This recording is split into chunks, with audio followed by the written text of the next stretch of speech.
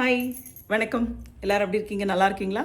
நான் ரொம்ப நல்லபடியா, சந்தோஷமா, ஆரோக்கியமா இருக்கேன். நம்மளோட சேனல்ல இப்போ ஹெல்த் கேர், ஹேர் கேர தாண்டி நான் சார்ந்திருக்கிற பிஸ்னஸ் சார்ந்த விஷயங்கள உங்க கூட அடிக்கடி ஷேர் பண்ணிட்டுருக்கேன். இப்பயும் அது மாரி ஒரு விஷயம் தான். என்னோட பிஸ்னஸ் மட்டும் இல்ல, பொதுவாவே இத பார்க்குற எல்லாருக்குமே இது ரொம்ப யூஸ்ஃபுல்லான ஒண்ணா தெரியும். நம்மளோட லைஃப்ல சேவிங்ஸ் அப்படிங்கிறது ரொம்ப ரொம்ப முக்கியங்க.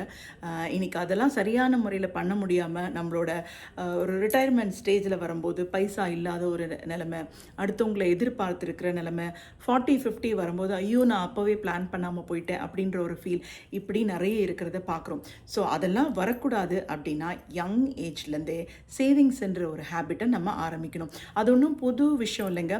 நம்ம தாத்தா, பாட்டி, அம்மா, அப்பா எல்லாருமே நீங்க பார்த்தீங்கன்னா, இல்ல நீங்களே கூட இப்போ ஒரு 40, 50ஸ்ல இருக்கீங்கன்னா, உங்களோட ஏர்லி ஏஜ்ல பாருங்க, நம்மளோட இந்தியன் ட்ரெடிஷன்லேயே நம்மளுக்கிட்ட ஒரு சேமிப்பு அப்படிங்கிற பழக்கம் இருக்கு.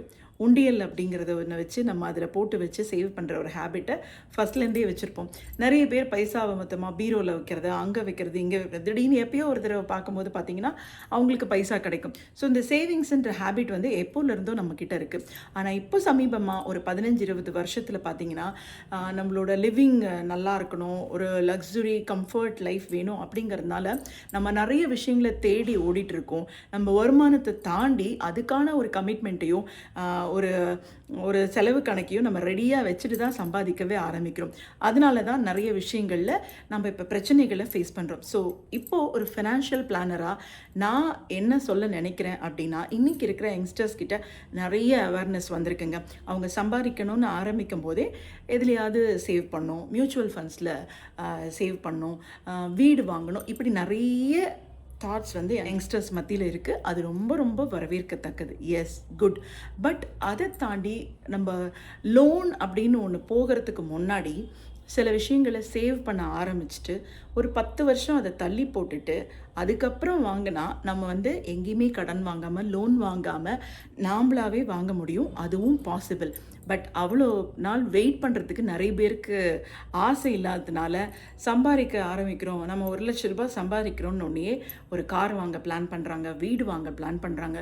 ஸோ நம்மளோட பைசா எல்லாமே மொத்தமா அது எடுத்துக்குது அப்படின்னு வரும்போது, மீதி இருக்கிற அமௌண்ட்ல நம்மளோட சர்வைவல்னு வரும்போது, ஒரு மேரேஜோ, இல்ல குழந்தை பொறக்குதோ, வீட்ல யாருக்காவது எக்ஸ்ட்ரா தேவைப்படுதுன்னா, அவங்களால குடுக்க முடியாத ஒரு ஸ்டேஜுக்கு ஃபோர்ஸிபிளா தள்ளப்படுறாங்க. அதனால என்ன சொல்லுவேன்னா, பெரிய ஒரு அமௌண்ட் நீங்க சம்பாதிச்சாலும், அந்த அமௌண்ட் ஆஃப் இன்கம் உங்களுக்கு ரெகுலரா ஒரு 3, 4 இயர்ஸ் வருதான்னு நீங்க பார்க்கணும். அதுவரை கொஞ்சம் வெயிட் பண்ணணும்.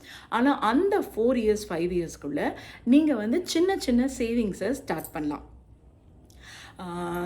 சின்னதா ஒரு வருஷமும் இவ்வளோ கிராம்ஸ் ஆஃப் கோல்டு வாங்குறேன் அப்படின்னு ஃபிசிக்கல் கோல்டு வாங்கலாம்.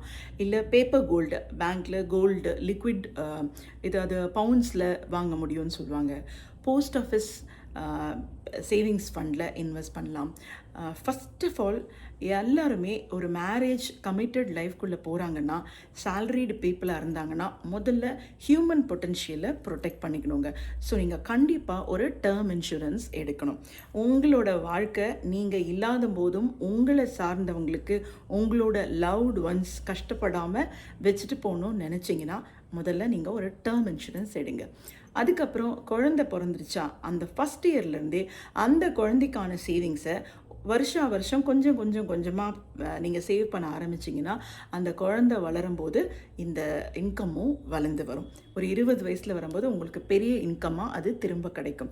ஸோ இந்த மாதிரி விஷயங்களில் நீங்கள் ஃபஸ்ட்டு இன்வெஸ்ட் பண்ணணும். இதே வீடு வாங்கணும்னு பிளான் பண்ணிங்கன்னா, ஒரு 5 இயர்ஸ் தள்ளி போட்டு முதல்ல 5 வருஷம் அந்த வீடு வாங்குறதுக்கு தேவையான அமௌண்ட்டை நீங்கள் சேமித்து வைக்க ஆரம்பிங்க. அந்த டவுன் பேமெண்ட்டை ஹெவியாக கொடுத்துட்டு, அதுக்கப்புறமா வந்து ஒரு லோன் போங்க. லோனை கூட நான் என்ன சொல்வேன்னா, நிறைய எக்ஸ்பர்ட் சொல்கிறது என்னென்னா, 12 மந்த்ஸை விட இன்னொரு 1 மந்த் எக்ஸ்ட்ரா நீங்கள் பண்ணிங்கன்னா, நீங்கள் எவ்வளோ பீரியட் ஆஃப் லோன் எடுக்கிறீங்களோ அதுலேருந்து 5 இயர்ஸ் நம்மளுக்கு ஒரு சேமிப்பாகும். ஸோ 13 மந்த்ஸ் லோன் எடுங்கன்னு சொல்கிறாங்க. ஸோ வருஷத்துக்கு 13 மாதம் இஎம்ஐ கட்டுற மாதிரி பாருங்கள்.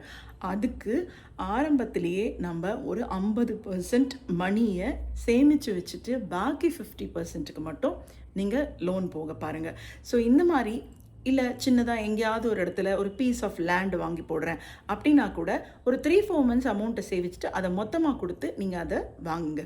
ஸோ கோல்டில், லேண்டில், அதுக்கப்புறம் பாண்ட்ஸ் மூலமாக, லைஃப் ப்ரொடெக்ஷன் மூலமாக, சின்ன சின்ன சேவிங்ஸ் மூலமாக இவ்வளோ வெரைட்டிஸ் ஆஃப் சேவிங்ஸ் நம்மளுக்கு இருக்குது. நம்ம இதெல்லாம் பண்ணாலே நம்ம ரொம்ப ஒரு பிளான்டு லைஃப் வச்சுருக்கோம் அப்படின்னு நம்மளை தோல்ல தட்டிக்கலாம். ஸோ நீங்கள் ஏதாவது ஒரு விஷயம் பண்ணணும், லைஃப் நல்லா இருக்கணும், நம்ம குடும்பம் நல்லா இருக்கணும், ஃப்யூச்சரில் நம்மளுக்கு ஒரு பெரிய ரிட்டர்ன்ஸ் கிடைக்கணும்னு நினைக்கிறவங்க ஏதாவது ஒரு விஷயத்தில் இல்லாமல் 4-5 விஷயத்தில் உங்களுடைய மணியை சேவ் பண்ணுறதுக்கு பிளான் பண்ணிக்கோங்க. டேர்ம் இன்சூரன்ஸாக இருந்தாலும் சரி, குழந்தைங்களுக்கான சேவிங்ஸாக இருந்தாலும் சரி, ஒரு செக்யூர்டு இன்கம் வரணும், ரெகுலராக எனக்கு வரணும், இது கேரண்டீடாக இருக்கணும் இப்படின்னு நினைக்கிற செக்டார் பீப்புள் நீங்கள் என்ன காண்டாக்ட் பண்ணலாம். அதுக்கான வழி என்ன, உங்களோட ஏஜ் என்ன, நீங்கள் எந்த லைஃப் ஸ்டைலில் இருக்கீங்க, உங்களுக்கு எதை பண்ணால் பெஸ்ட்டாக இருக்கும், எவ்வளோ தூரம் நீங்கள் சேவ் பண்ணலாம் அப்படின்ற ஒரு பிளானிங்கை உங்களுக்கு நான் பண்ணி கொடுப்பேன்.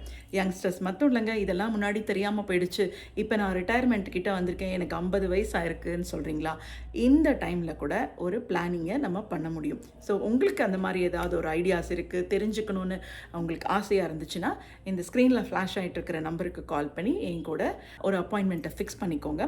உங்களோட சேவிங்ஸ்க்கான வழியும் சொல்லுவேன், அதை தாண்டி ஒரு பிஸ்னஸாக எடுக்கணுன்னா அதுக்கான ஆப்பர்ச்சுனிட்டிஸையும் நான் உங்களுக்கு ஷேர் பண்ணுவேன். ஓகேவா? பாய். நன்றி.